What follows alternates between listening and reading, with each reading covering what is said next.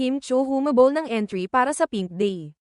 Kahit pansamantalang hindi nagpaparamdam si Kim Cho sa noontime show na It's Showtime, hindi niya napigil ang makisali sa isang selebrasyon na malapit sa kanyang puso, ang pagdiriwang ng Pink Day.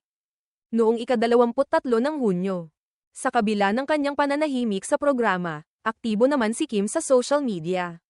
Sa pamamagitan ng kanyang ex, dating Twitter, at Instagram, ipinahayag niya ang kanyang kasiyahan sa okasyong ito. Ayon sa kanyang post, tila hindi niya agad nalaman na may ganitong selebrasyon, ngunit hindi ito naging hadlang para hindi siya makisawsaw sa kasiyahan. Parang ngayon ko lang nalaman, pero hello. Pink yan, aniya sa kanyang post sa X, kasunod ang mga larawan na nagpapakita ng kanyang pagmamahal sa kulay pink. Hindi lingid sa publiko na ang kulay pink ay isa sa mga paboritong kulay ni Kim Cho.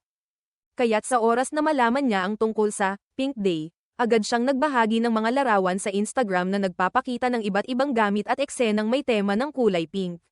Sa kanyang IG post, makikita ang ilang throwback photos na may pink elements.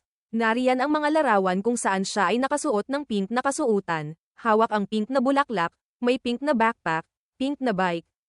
Pati na rin ang pink na thermos, relo, envelope, at ilang personal na gamit. Halos lahat ng kanyang gamit sa post ay may pink na detalye, patunay kung gaano kalapit ang kulay na ito sa kanyang personalidad. Sa caption ng post, simple pero matatag ang sinabi ni Kim. Just because, last slide. #PinkGirlForEvs. No questions asked. Makikita sa tono ng kanyang caption na hindi niya kailangang magpaliwanag kung bakit ganoon siya ka-attach sa kulay na ito na kasi ang matagal ng bahagi ng kanyang identity.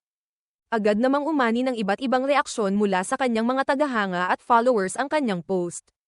May mga nagsabing bagay na bagay kay Kim ang bansag na Pink Princess, habang ang iba naman ay nagkomento ng Pink is life. Ipinapakita lamang nito na maraming nakaka-relate at sumusuporta sa pagiging pink lover ni Kim. May isang netizen pa nga na nagbiro, kapag nagkaanak si Kim at babae ito. Siguradong lahat ng gamit ng baby ay pink mula ulo hanggang paa.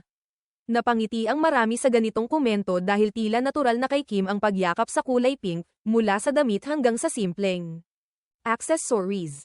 Kapansin-pansin din na ang mga larawang ibinahagi ni Kim ay mga lumang larawan. Mas mahaba pa ang kanyang buhok kumpara sa hairstyle niya ngayon, na nagpapakita na ito ay throwback moments.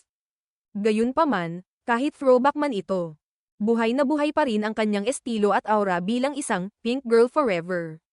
Sa kabila ng kanyang kakulangan ng presensya sa telebisyon nitong mga nagdaang araw. Ipinakita ni Kim Cho na aktibo pa rin siya sa pakikipag-ugnayan sa kanyang mga tagahanga sa social media. Pinatunayan niya na sa kahit anong paraan. Hindi niya kayang palampasin ang mga bagay na malapit sa kanyang puso, lalo na kung ito ay tungkol sa kulay na kanyang minamahal. Ang simpleng post na ito ay muling nagpapaalala kung bakit mahal na mahal si Kim ng kanyang mga tagahanga, dahil sa kanyang pagiging totoo, masayahin. At walang kapagurang magpahayag ng sarili sa kanyang sariling paraan.